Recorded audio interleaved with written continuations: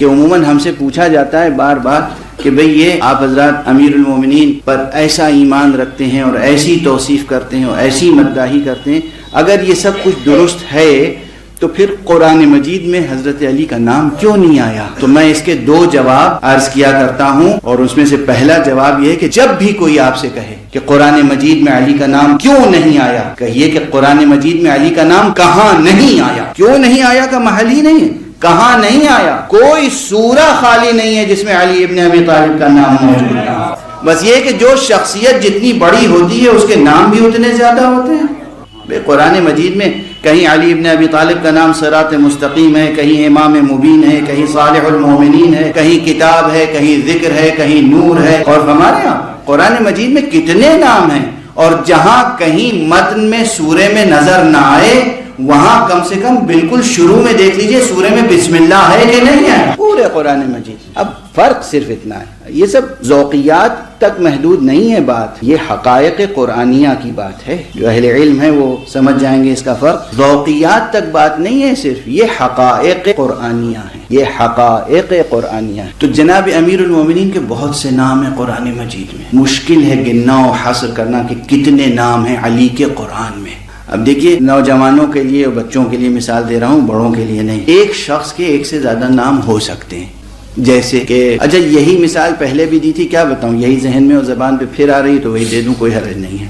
وہ مثال یہ تھی کہ ایک صاحب ہوا کرتے تھے دہلی میں، آگرے میں پیدا ہوئے تھے، ان کا نام تھا اسد اللہ خان، یہ تو ان کا نام تھا۔ ان کا ایک اور نام تھا مرزا نوشا، یہ دو نام ہو گئے۔ شاعری انہوں نے کی شروع تو انہوں نے تخلص رکھا اسد، یہ تیسرا نام ہو گیا۔ پھر تھوڑے دنوں کے بعد انہوں نے اپنا تخلص بدل دیا، غالب رکھ لیا، یہ چوتھا نام ہو گیا۔ شخص ایک ہے۔ اس کے بعد ان کی رسائی دربار تک ہوئی تو ان کو ایک لقب مل گیا، نجم الدولہ، دبیر الملک۔ اچھا، نجم الدولہ، دبیر الملک، یہ کیا ہوا؟ یہ بھی ایک نام ہے، ایک لقب ہے جو دربار سے مل گیا۔ تو نجم الدولہ، دبیر الملک، مرزا اسد اللہ خان، غالب، المتخلص بے غالب و اسد، المعروف بے مرزا نوشا، یہ پورا جو ہے پوری عبارت ایک صفحے بھر کی ایک شخص کا نام ہے۔ کیوں ایک شخص کا نام ہے؟ اس شخص کے اندر اوصاف تھے۔ اردو کے بے پناہ شاعر تھے، فارسی کے بہت اچھے شاعر تھے، اور صرف یک فنے نہیں تھے کہ صرف غزل کہتے ہوں کچھ اور نہ کہتے ہوں، غزل بھی کہتے تھے، رباعی بھی کہتے تھے، قصیدہ بھی کہتے تھے، مثنوی بھی کہتے تھے، اور نثر بھی لکھی تو کیا قیامت کی لکھ گئے، خط لکھے تو کیا قیامت کے لکھ گئے، تاریخ لکھنے شروع کی، اور پھر مثنوی ابر گوہر بار اٹھا کے دیکھیے کہ نعت پیغمبر لکھی تو کس قیامت کی لکھی، اور مدح مولا امیر المومنین علیہ السلام میں شاعری کی تو کیسی شاعری کی، نوحے لکھے ہیں فارسی میں تو کس قدر رقت انگیز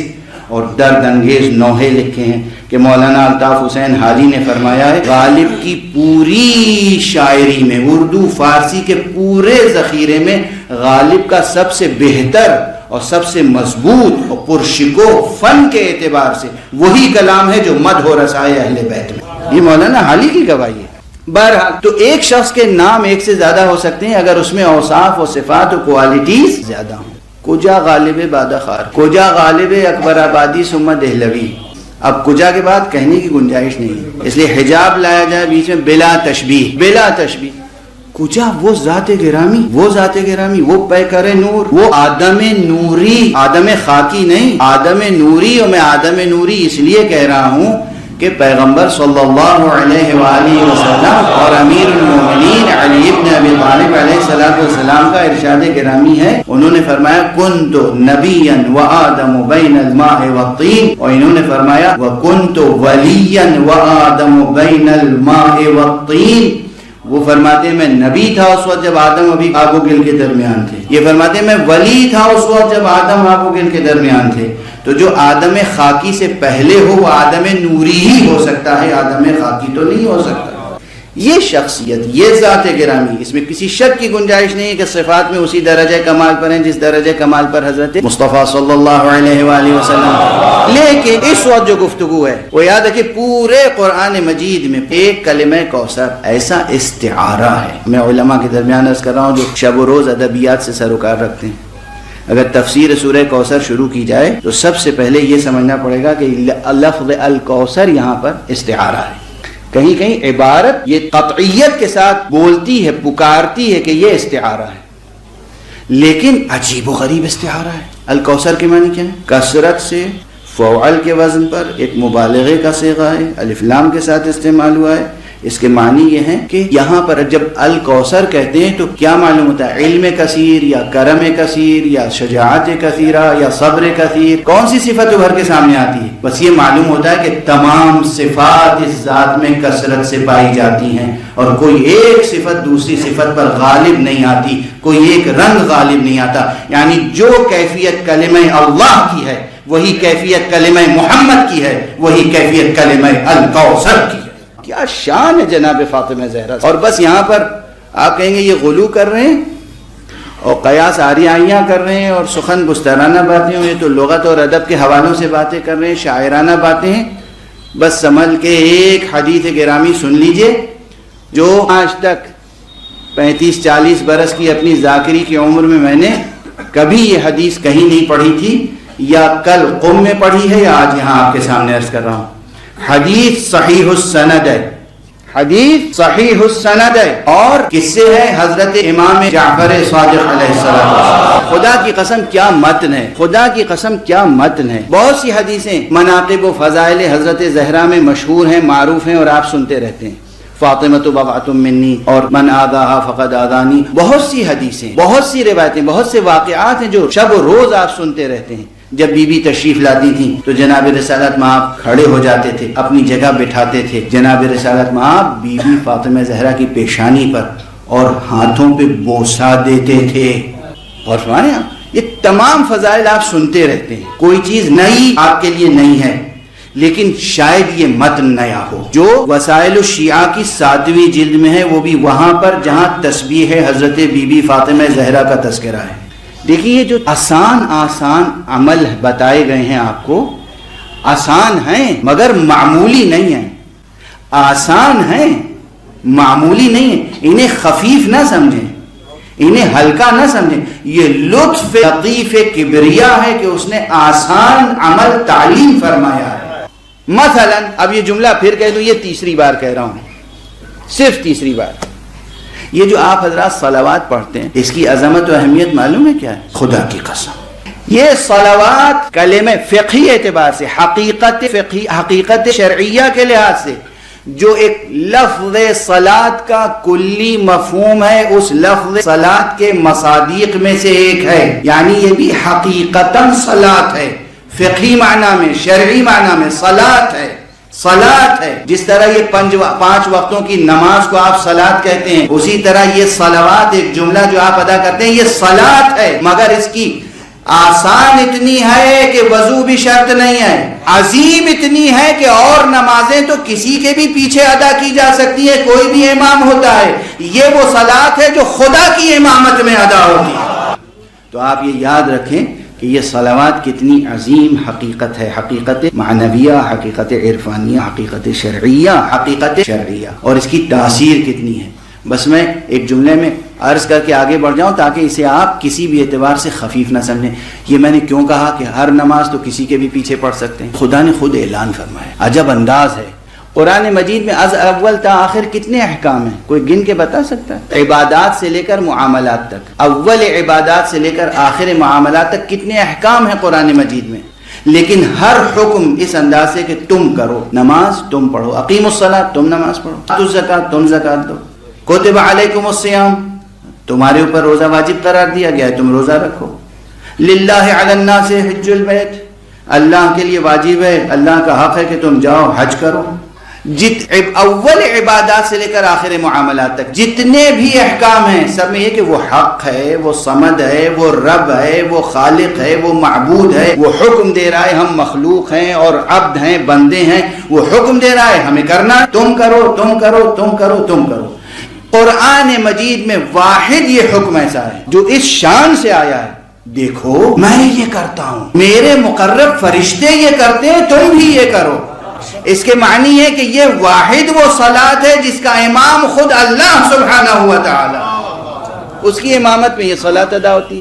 تو پھر یہ جملہ عرض کروں، یہ صلاۃ بظاہر آسان اتنی ہے کہ وضو بھی شرط نہیں ہے، اور معنی کے لحاظ سے عظیم اتنی ہے کہ خدا کی امامت میں ادا ہوتی ہے. بہرحال تو جو چیزیں آسان ہیں انہیں آسان سمجھیں، لطف کبریا سمجھیں، مگر اسے ہلکا نہ سمجھیں، خفیف نہ سمجھیں، معمولی نہ سمجھیں۔ اسی لیے جو لوگ یقین رکھتے ہیں، نور یقین، دیکھیے زندگی جینے کا سلیقہ سیکھیے۔ بعض حضرات عبادتیں ایسے کرتے ہیں کہ جیسے عبادتوں کی جان کو آ گئے ہوں، نماز روزے کے پیچھے پڑ گئے ہوں۔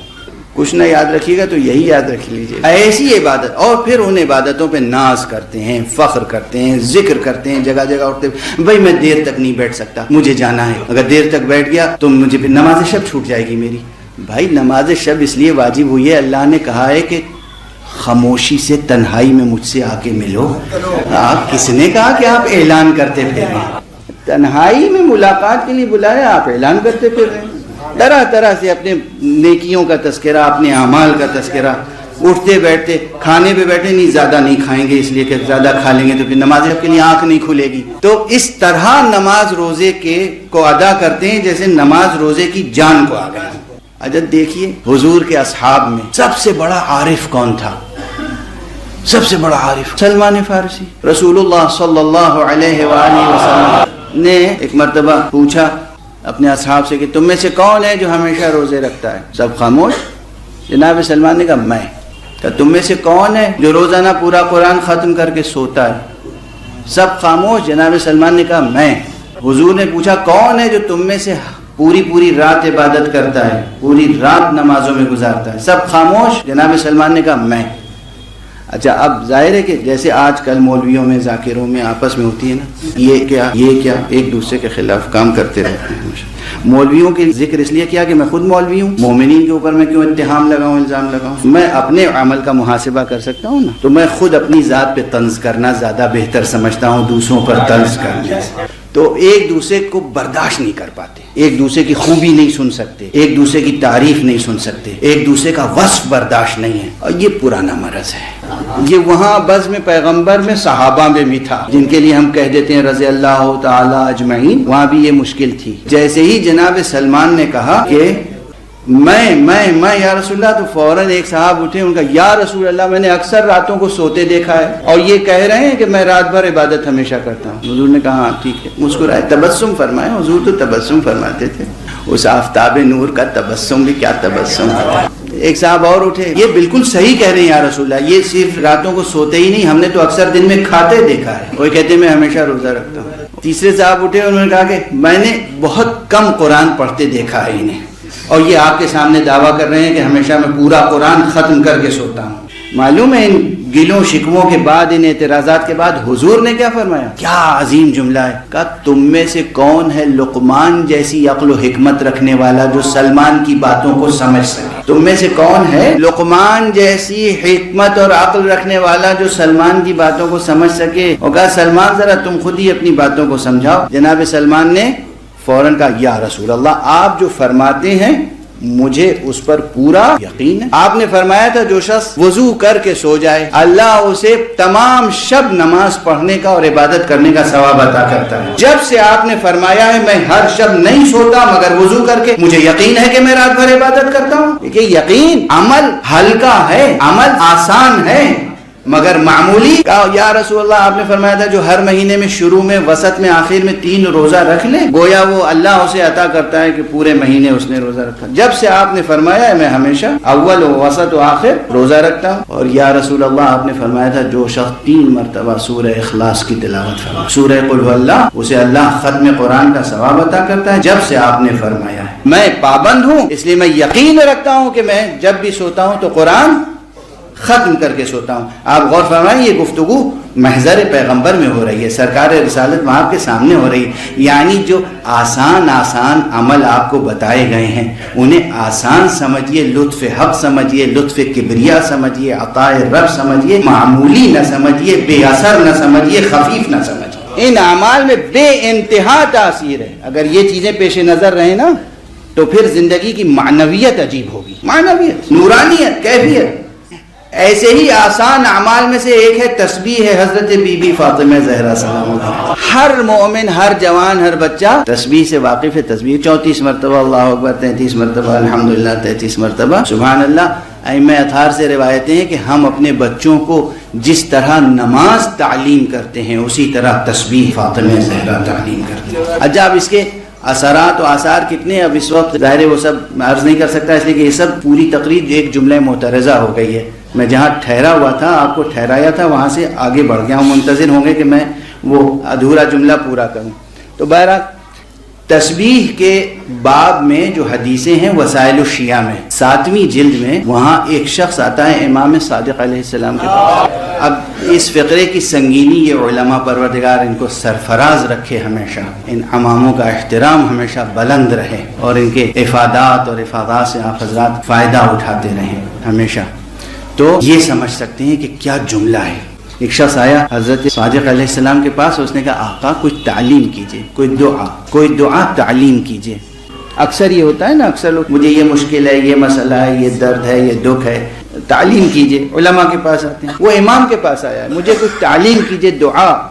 امام نے جملہ کہا ہے تعلیم کرنے کے لیے، کون سی چیز؟ تسبیح زہرا سلام اللہ علیہ بتانے کے لیے۔ یہ تسبیح یعنی آپ سمجھتے ہیں کہ اس تسبیح کی صرف یہ افادیت و معنویت نہیں ہے کہ یہ نماز کے بعد ایک تعقیب ہے، بس اتنا نہ سمجھیں، نماز کا تکملہ ہے، اور اس کے علاوہ اس سے کیا کیا تاثیریں پیدا ہوتی ہیں، کیا کیا برکتیں زندگی میں پیدا ہوتی ہیں، اس کا کوئی آسانی سے احاطہ نہیں کر سکتا۔ اس تسبیح کا زندگی کی مشکلات کس طرح حل ہوتی ہیں، بیماریاں کس طرح دور ہوتی ہیں، رزق میں برکت کیسے پیدا ہوتی ہے، گھر میں نورانیت کیسے پیدا ہوتی ہے، انسان کی روح میں نورانیت کیسے پیدا ہوتی ہے، ذہن کیسے روشن ہوتا ہے، اس تسبیح حضرت فاطمہ زہرا سے، اس تسبیح حضرت فاطمہ زہرا سے۔ یہ آج سمجھ کے جائیے گا۔ پھر عرض کر رہا ہوں، کسی آسان عمل کو معمولی نہ سمجھیے گا۔ آسان ہے، لطف حق ہے کہ آسان ہے، اور اس میں تاثیریں بھر دی ہیں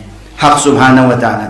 تو آپ سے جب اس نے کہا آقا کچھ سکھائیے، کچھ بتائیے، تعلیم دیجئے، تو آپ نے جو جملہ کہا ہے، اللہ اکبر، فرماتے ہیں کہ ما اعلم احدا کان اکبر عند رسول اللہ من فاطمہ۔ امام کہتے ہیں مجھے علم نہیں ہے کسی کا جو رسول اللہ کے نزدیک فاطمہ سے بڑا ہو۔ یہ ہماری آپ کی بھی آزمائش ہو جائے گی۔ نکرہ سیاق نفی میں افادہ عموم کرتا ہے۔ کہتے ہیں کہ ما اعلم احدا، امام کہہ رہے ہیں صادق، مجھے علم نہیں ہے کسی کا، میں کسی کو نہیں جانتا جو پیغمبر کے نزدیک فاطمہ سے بڑی شخصیت کا حامل ہو۔ فاطمہ سے بڑا پیغمبر کے نزدیک کوئی نہیں تھا، اور جو چیز پیغمبر نے اپنی بیٹی کو تعلیم فرمائی تھی اس سے زیادہ افضل کوئی شے نہیں، ولا افضل مما علمها ابوها۔ کیا قیامت ہے بھائی، کیا قیامت ہے، کیا قیامت ہے، مطلب زبان گم ہو جاتی ہے یہاں پر۔ آپ سوچ رہے تھے میں لفظ الکوثر کی معنویت بیان کرنے کے لیے یہ کہہ رہا ہوں کہ الکوثر یعنی جامع صفات، تمام صفات کمال و کثرت کے ساتھ ہیں، ایک صفت دوسرے صفت سے آگے نہیں بڑھتی، کوئی رنگ نمایاں نہیں ہوتا، یہ سب شاعری و خطابت و ذاکری و مضمون آفرینی ہے؟ نہیں، امام صادق فرما رہے کہ مجھے علم نہیں ہے کہ کوئی پیغمبر کے نزدیک فاطمہ سے بڑا ہو۔